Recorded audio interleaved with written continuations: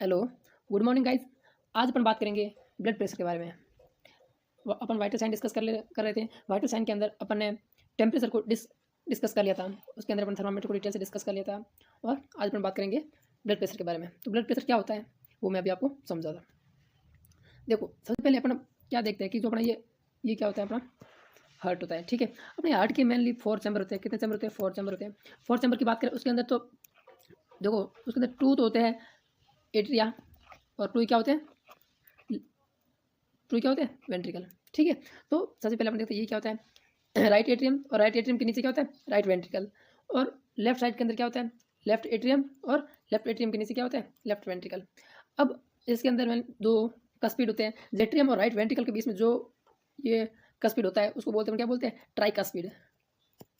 Tricuspid का मतलब होता है कि इसके अंदर 3 कस्प होते हैं। कितने होते हैं? 3 कस्प होते हैं। 3 कस्प, ठीक है, इसलिए इसका नाम पड़ा ट्राइकस्पिड।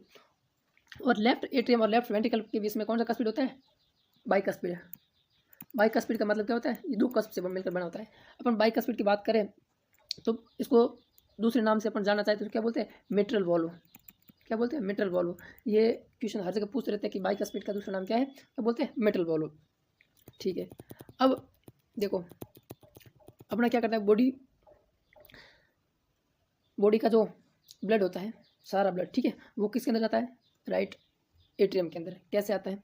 देखो, ये जो नीचे वाला पोर्शन है इसको बोलते हैं inferior vena cava. Inferior vena cava क्या करती है कि अपने बॉडी का जो लोअर पार्ट है, लोअर एक्सट्रीमिटीज वगैरह जो, ठीक है, इनसे ब्लड को ला के कहाँ पे स्टोर करती है? राइट एट्रियम के अंदर। और ये होती है सुपीरियर वेना के ऊपर से, जो अपने ऊपर वाले जो बॉडी के ऑर्गन होते हैं वहाँ से, जैसे ये ब्रेन हो गया, ब्रेन, लंग्स, ठीक है, अपर एक्सट्रीमिटीज, यहाँ से जो भी ब्लड राइट एट्रियम आता है वो किसके थ्रू आता है? SVC, सुपीरियर वेना केवा के थ्रू। ठीक है, समझ में आ गया। अब अपन बात करते हैं ब्लड प्रेशर की। ठीक है, जब हमारा ब्लड सबसे पहले किस में आता है? राइट एट्रियम आता है। राइट एट्रियम जब वो फुल भर जाता है तो क्या कहता है? कॉन्स्ट्रिक्ट करता है। तो राइट एट्रियम के कॉन्स्ट्रिक्ट करने से ये जो अपना मिटल वॉल्व होता है, सॉरी ट्राइकस्पिड वॉल्व होता है, वो क्या होता है? ओपन हो जाता है, जिससे ये जो ब्लड है ना किसमें चला जाता है? राइट वेंट्रिकल के अंदर। जब ये राइट वेंट्रिकल फुल हो जाता है तो राइट वेंट्रिकल से ये किस में चला जाता है? पल्मोनरी आर्टरी के अंदर। किसे? पल्मोनरी आर्टरी के अंदर। किसके थ्रू जाता है? ये यहाँ पे वॉल्व होता है, उसको क्या बोलते हैं? Pulmonary valve. ठीक है, पल्मोनरी वॉल्व के थ्रू किस में चला जाता है? ये पल्मोनरी आर्टरी के अंदर। अब आपको यहाँ पे एक बात ध्यान रखने की है कि पल्मोनरी आर्टरी एकमात्र ऐसी आर्टरी है जो डीऑक्सीजनेटेड ब्लड को क्या करती है? कैरी करती है। ठीक है, अब ये डीऑक्सीजनेटेड ब्लड जाएगा किसके अंदर? लंग्स के अंदर। लंग्स में क्या होगा? इसका ऑक्सीजनेशन होगा। ऑक्सीजनेशन होने के बाद कहाँ पे आएगा? वापस ये आ जाएगा अपने लेफ्ट एट्रियम के अंदर। अब ये लेफ्ट एट्रियम के अंदर किसके थ्रू आएगा? पल्मोनरी वैन के द्वारा। ठीक है, जिसको आप हिंदी बोलते हैं फुफ्फुसीय वैन। ठीक है, पल्मोनरी वैन के द्वारा किसके अंदर आ जाएगा? लेफ्ट एट्रियम के अंदर। लेफ्ट एट्रियम से किस में चला जाएगा? लेफ्ट वेंट्रिकल में। किसके थ्रू चला जाएगा? मिट्रल वॉल्व के थ्रू। यहाँ पे मिट्रल वॉल्व होता है, मिट्रल वॉल्व ओपन होगा तो ये ब्लड चला जाएगा किसके? राइट वेंट्रिकल के अंदर, लेफ्ट वेंट्रिकल के अंदर। लेफ्ट वेंट्रिकल से ये जाएगा किसके अंदर? एओर्टा के अंदर। अब ये होता है ओटा। यहाँ पे अपन क्या करते हैं? प्रेशर को मेजरमेंट करते हैं। ठीक है,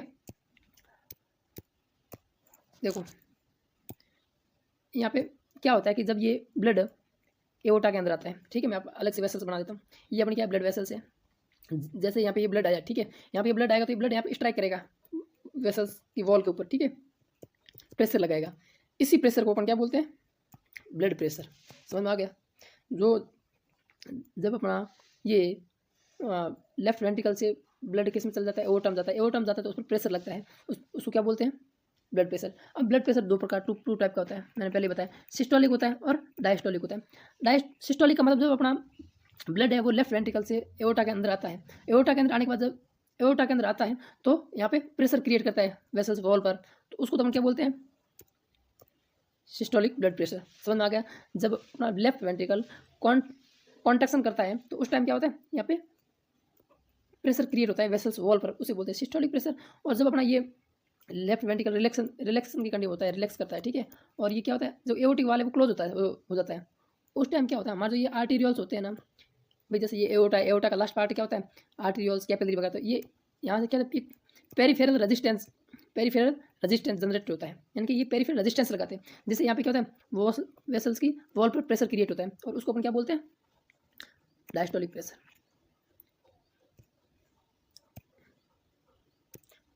अब देखो ब्लड प्रेशर के बारे में अपन डिटेल करते हैं ना।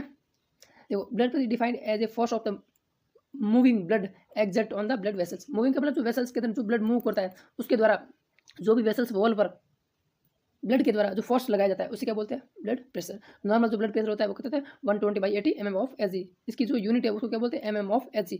जो न्यू गाइडलाइन आई है उसके अनुसार अभी का जो ये नॉर्मल रेशियो चेंज हुआ है अभी के द्वारा 115/75 mm ऑफ एच जी हुआ है। ठीक है, ये न्यू गाइडलाइन के अनुसार है। अब अपन देखते हैं systolic blood pressure. Systolic blood pressure किसे कहते हैं? देखो, maximum blood pressure exert on the wall of arteries when the left ventricle contact pulse blood into the aorta through aortic valve. इसमें क्या होता है, जब ये क्या होता है, मैक्सिमम ब्लड प्रेशर होता है exit on the vessels of artery. Artery की वॉल के ऊपर जो मैक्सिमम प्रेशर रहता है कब लगता है? जब हमारा लेफ्ट वेंट्रिकल कॉन्टैक्ट करता है और ब्लड पल्स करता है इनटू किसमें? एओर्टा के अंदर। किसके थ्रू? एओर्टिक वाल्व के थ्रू। ब्लड किसके अंदर चला जाता है? एओर्टा के अंदर। किसके थ्रू जाता है? एओर्टिक वाल्व के थ्रू। और जब ये एओर्टिक वाल्व के थ्रू एओर्टा में जाता है ये यहाँ पे क्या प्रेशर क्रिएट करता है, उसको अपन क्या बोलते हैं? Systolic blood pressure. समझ में आ गया? ठीक है। सिस्टोलिक ब्लड प्रेशर का नॉर्मल कितना होता है? 120 mm of H G. Systolic pressure होता है, ये सिस्टोलिक ब्लड प्रेशर किसके प्रोपोर्शनल होता है? कार्डिक आउटपुट के। जैसे जैसे हमारा कार्डिक आउटपुट बढ़ेगा, ठीक है, जैसे जैसे कार्डिक आउटपुट बढ़ेगा वैसे वैसे हमारा सिस्टोलिक ब्लड प्रेशर बढ़ेगा। ठीक है, अब बात करते हैं डायस्टोलिक ब्लड प्रेशर की। डायस्टोलिक ब्लड ये कि मिनिमम ब्लड प्रेशर होता है कब होता है? जब हमारी जो ब्लड की वेसल्स वॉल पर when the left ventricle relax होता है, जब हमारा लेफ्ट वेंट्रिकल रिलैक्स करता है, डायलेट हो जाता है, तो उस टाइम क्या होता है? हमारा जो एओर्टिक वाल्व होता है वो क्लोज हो जाता है और उस टाइम जो ब्लड की वेसल्स वॉल पर जो प्रेशर क्रिएट होता है उसे हम क्या बोलते हैं? Diastolic blood pressure. Diastolic blood pressure normal कितना होता है? 80 mm of H G. Diastolic blood pressure होता है वो किसी प्रोपोर्शनल होता है? Total peripheral resistance. जो हमारी आर्टेरियल्स और उनके द्वारा जो रेजिस्टेंस लगाया जाता है उनको हम क्या बोलते हैं? TPR, total peripheral resistance. और ये अपना डायस्टोलिक ब्लड प्रेशर होता है किसकी प्रोपोर्शनल होता है? TPR, total peripheral resistance. अब अपन बात करते हैं पल्स प्रेशर। देखो, पल्स प्रेशर किसे बोलते हैं? पल्स प्रेशर क्या करता है? हमारा जो सिस्टोलिक ब्लड प्रेशर और जो डायस्टोलिक ब्लड प्रेशर होता है इन दोनों के बीच का डिफरेंस होता है उनको क्या बोलते हैं? Pulse pressure. Difference between systolic blood pressure and diastolic blood pressure is called pulse pressure. ठीक है, नॉर्मल पल्स प्रेशर कितना?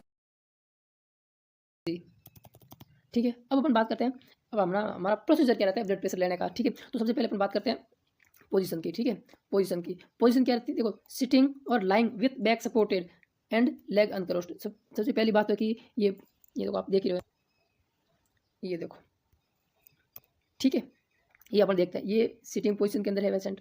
कोई पेशेंट आया, अपन उसको क्या क्या सिटिंग पोजीशन के अंदर बिठा दिया। सिटिंग उसको पेशेंट को सबसे पहली बात बोलनी है कि पेशेंट को बोलना नहीं है, do not talk between measurement. अपन जब भी कोई मेजरमेंट कर रहे थे उसको बोलना, उस टाइम बोले ना, चुप रहे। जो पेशेंट की जो आर्म है वो हार्ट के लेवल की होनी चाहिए, ना तो बिलो होनी चाहिए ना अपर होनी चाहिए। फिर इसका बैक सपोर्टेड होना चाहिए और इसके पैर सीधे होने चाहिए, ऐसे क्रॉस नहीं होना चाहिए। ठीक है, ऐसे नहीं अपन ज़्यादातर बैठते हैं तो ऐसे पैर को अनक्रॉस करके बैठते हैं, तो ये पैर को क्रॉस करके बैठते हैं, तो पैर क्रॉस नहीं होना चाहिए, पैर क्या होना चाहिए? अनक्रॉस में रहना चाहिए। ठीक है, बैक का सपोर्ट हो गया। ठीक है, पोजीशन की बात होगी। अब सबसे पहले अपन क्या करते हैं? पेशेंट को चेक करना, उसको कोई भी लिम्फ एडिमा नहीं है। ठीक है, कोई भी आईवी इन्फ्यूजन नहीं लग रखा हो, कोई भी तुरंत की सर्जरी, ट्रॉमा और एन आर्टेरियोवेनस फिस्टुला ना हो, कुछ भी किसी भी प्रकार का कोई भी सर्जरी होगी हो, ट्रॉमा हो गई हो, ये सब पहले चेक कर लेना चाहिए। अगर ये आर्म पे है तो फिर वहाँ से आर्म से ब्लड प्रेशर नहीं लेना चाहिए, उसकी जगह कोई दूसरी और साइड प्रेफर करनी चाहिए। पेशेंट को करना चाहिए उसका जो आर्म है वो हार्ट के लेवल का रहना चाहिए। ठीक है, फिर अपन क्या करते हैं? जो अपना कप होता है बीपी कप को पहले क्लीन करते हैं और फिर उसको क्या करते हैं? जो ब्रेकियल आर्टरी होती है, ब्रेकियल आर्टरी से 2 सेंटीमीटर अब उसको फिक्स करते हैं। ठीक है, जो ब्रेकियल आर्टरी होती है वहाँ पे फोसा होता है, उसको क्या बोलते हैं? एंटेक्यूबाइटल फोसा। तो अपन ऐसे भी बोल सकते हैं कि एंटेक्यूबाइटल फोसा से, जैसे ये हमारी पेशेंट की कलाई है और ये, ठीक है, ये होती है, यहाँ पे ब्रेकियल आर्टरी होती है और ब्रेकियल आर्टरी और यहाँ पे ये फोसा होता है, उसको क्या बोलते हैं? एंटेक्यूबाइटल फोसा। इस एंटेक्यूबाइटल फोसा से 2 सेंटीमीटर अब जो हमारा बीपी कप होता है वहाँ पे उसको प्लेस करना चाहिए। ठीक है, keep the sphygmomanometer goes at eye level. जो स्फैग्मोमेनोमीटर का जो गोज होता है वो आई लेवल होना चाहिए। ठीक है, फिर होता है estimate the systolic pressure by palpating the brachial artery with your finger while inflating the cuff and note reading when the pulse disappear when more inflate the cuff of 30 mm of Hg. अपन क्या करते हैं? सबसे पहले अपन patient की BP measurement करते हैं, तो अपन क्या करते हैं?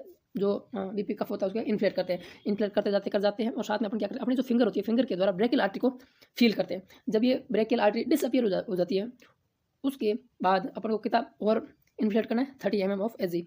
उसके बाद लगभग वो अपना जैसे 150 mm ऑफ एजी होता है उसके बाद अपने को स्टॉप कर लेना है। फिर क्या करना है?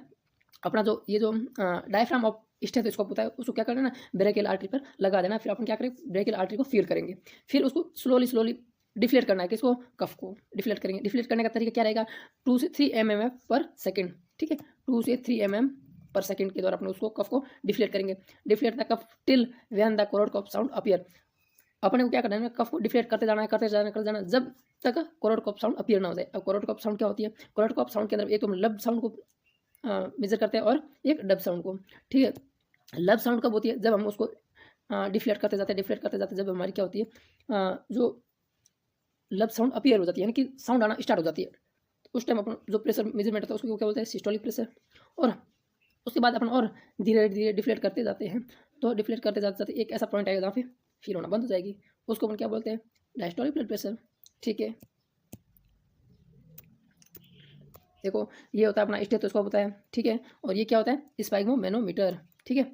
और स्टेथोस्कोप के ये पार्ट होते हैं, इनको बोलते हैं ईयर पीस। ये होती है जो लंबी, इसको ट्यूबिंग बोलते हैं। ये अपना जो पार्ट होता है, एक तो नीचे वाला होता है उसको डायफ्राम बोलते हैं, ऊपर वाले पार्ट को क्या बोलते हैं, बेल बोलते हैं, ठीक है। और इसको पूरे पार्ट को बोलते हैं चेस्ट पीस बोलते हैं, ठीक है। जो इसका बेल पार्ट होता है वो लो पिच साउंड को ईयर करता है, ठीक है। ये जो बेल पार्ट होता है ये क्या करता है, लो पिच साउंड होती है, लो पिच साउंड उसको ईयर करता है, ठीक है। और इसका जो डायफ्राम पार्ट होता है वो हाई पिच साउंड को ईयर करता है, ठीक है। अब अपन बात करते हैं कि अगर हमारा कफ है वो सही ढंग से ना लगा हो, या हमारा जो आर्म का जो लेवल है वो हार्ट लेवल से ना हो, ऊपर नीचे हो, तो उससे क्या फर्क पड़ता है बॉडी पर, ठीक है, या सॉरी ब्लड प्रेशर पर। तो अपन एरर, सबसे पहली बात करें एरर और इफेक्ट। एरर के अंदर क्या है, ब्लड और कफ टू वाइड, हमारा कफ या तो वाइड हो गया है तो उससे क्या होगा, तो हमारी रीडिंग तो फाल्स आएगी। फाल्स कैसे आएगी, लो रीडिंग आएगी। अगर हमारा कफ कैसा है, नैरो और शॉर्ट है, तो फाल्स रीडिंग आएगी, कैसे आएगी, हाई आएगी। अगर कफ रैप्ड टू लूज है, कफ हमारा लूज है, तो फाल्स रीडिंग आएगी और हाई रीडिंग आएगी। डिफ्लेटिंग कफ टू स्लोली, अपन कफ को क्या करते हैं, 2 mm ऑफ नॉर्मल 2 से 3 mm of Hg per second से कप को डिफ्लेट करना चाहिए। अपने क्या इससे भी धीरे कर दिया तो हमारी क्या होगी, रीडिंग फाल्स आएगी और क्या हाई डायस्टोलिक रीडिंग आएगी। डिफ्लेटिंग कफ अपन क्या करते हैं, ये रेशियो ना रख के इसको बहुत जल्दी स्पीड बढ़ा लेते हैं, 5 से 6 कर लेते हैं पर mm of Hg per second के अंदर, तो कैसे आएगी, false low systolic and false high diastolic blood pressure आएगा, ठीक है। आर्म का जो लेवल है अगर हार्ट से बिलो है, ये याद करना, बिलो है तो जो हमारी रीडिंग कैसे आएगी, हाई आएगी, ठीक है। अगर वो कैसे आर्म से अबो है यानी कि ऊपर है तो इसकी रीडिंग गिरी हो जाएगी, यानी कि फाल्स आएगी, और कैसे कि लो आएगी, ठीक है। ये होगा आज का अपना, धन्यवाद।